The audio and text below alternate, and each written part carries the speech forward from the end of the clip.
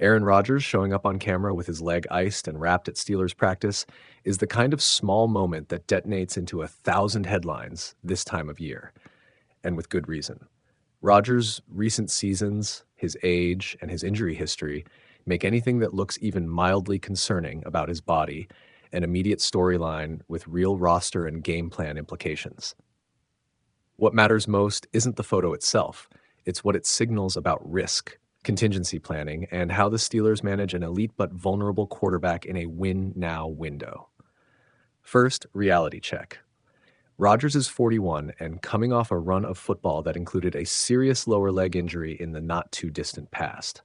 Veterans age differently, and a single step-on or bruise that would be shrugged off by a 25-year-old can be a bigger deal for a player whose legs are a huge part of his package, both for mobility and for surviving the punishment inside an NFL pocket. What we saw, bandaging, icing, maybe a cut or swelling, is something every team doctor will track closely. Coaches will treat it with the proper mix of caution and optimism. Keep him available, but don't put him at unnecessary risk in practice periods that don't count. Second, the optics matter. For coaches, the message has to balance transparency with stability. If the Steelers publicly overreact or underreact, fans and even the locker room can get jittery. The right posture is measured. Acknowledge the incident, confirm it's minor or under evaluation, and then show the plan for backups and practice reps. From a leadership standpoint, Rodgers demonstrating visible toughness and engagement, staying on the sideline, coaching younger players, being vocal, is a net positive.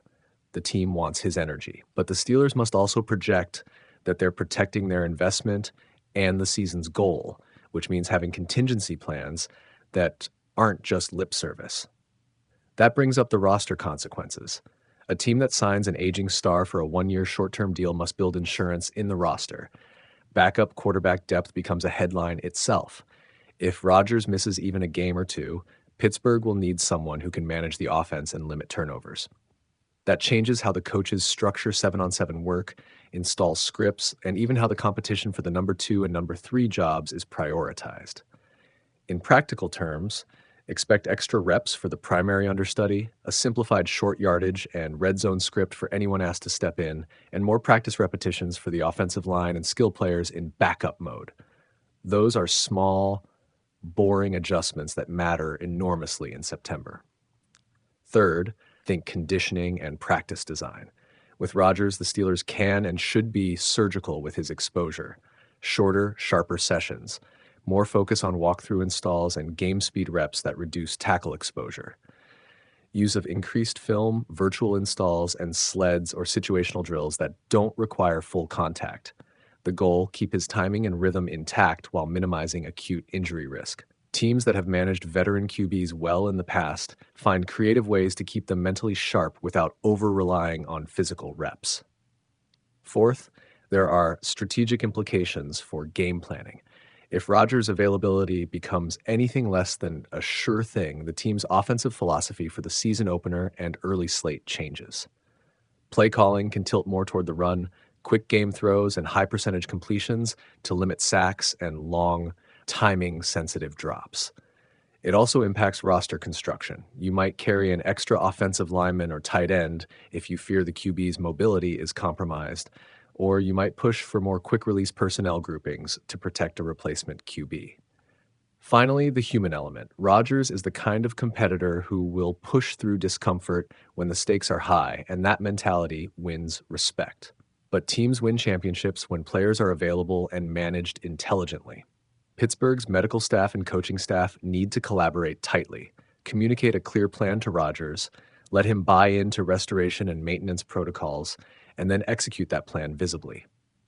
Fans will always want their star on the field, but smart organizations temper that desire with long-term perspective. So what should we watch next? 3 things. 1. Official updates from the team about practice participation and any imaging results. Those will tell us whether this was a momentary scare or a sign of something to monitor. 2. Backup quarterback reps. If the presumed number 2 starts getting heavier practice time, the team is preparing for short-term absence. 3.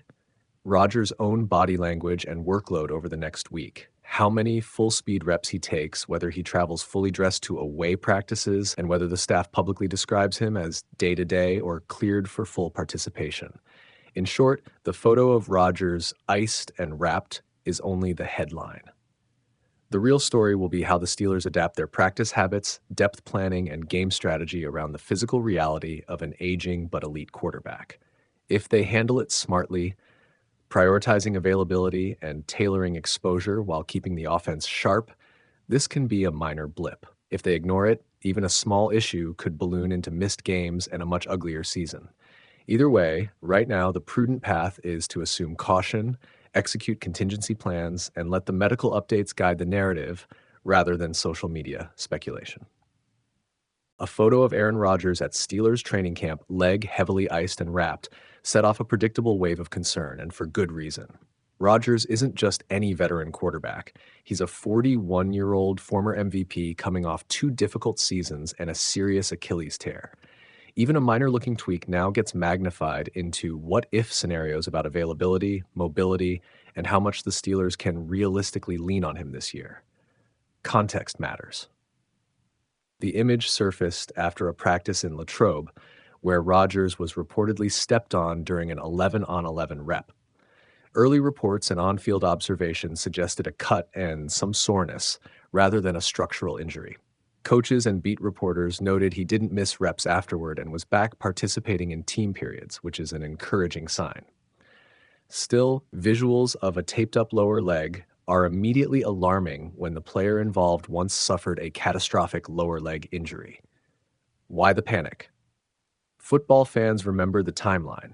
Rodgers tore his Achilles within a few plays in 2023 and then endured an underwhelming 2024 campaign with the Jets. For a quarterback who built his career on timing, pocket feel, and surgical accuracy, lower leg health is not a trivial thing. It affects plant foot, push-off, bootlegs, and the subtle footwork that turns throws from good to elite. At Rodgers' age, plenty of teams factor in not just current performance, but durability over a 17-game schedule. That said, it's worth resisting full-blown doomsaying. Training camp bumps and bruises are part of the game, especially in live 11-on-11 periods where bodies cluster and ankles get stepped on. The immediate, important data point is the team's response. Did medical staff clear him? Did he miss meaningful practice time? Early indications here were that Rodgers remained on the field and under observation, but didn't step away from the first-team work for a prolonged stretch. That reduces, though doesn't eliminate, the near-term worry. From a roster and strategic perspective, the Steelers wisely built this offseason with contingency in mind. Rodgers' contract is 1 year, and Pittsburgh signed him knowing he's closer to the end of his career than the beginning. Behind him are Mason Rudolph, a veteran who knows offensive systems and can manage games, and 2 younger options, Will Howard and Skylar Thompson, who could step into larger roles if needed. A legitimate concern now is whether the Steelers will need to lean on that depth earlier or more often than planned. Long term, the visual of the iced leg is probably more consequential as a reminder than as a definitive health verdict. It pushes the Steelers' medical and coaching staffs to be cautious, smart when your centerpiece QB has a recent injury history, and it invites more film and practice monitoring. For fans, it's a flashing yellow light. Don't panic, but pay attention. For Rodgers, it's another day of proving he's physically and mentally ready to lead a team that expects to win now. Bottom line, the photo is unsettling, but not definitive. The real story will be written in the next week of practice reps, the preseason games, and the team's own updates. If Rodgers stays active and healthy, it will be a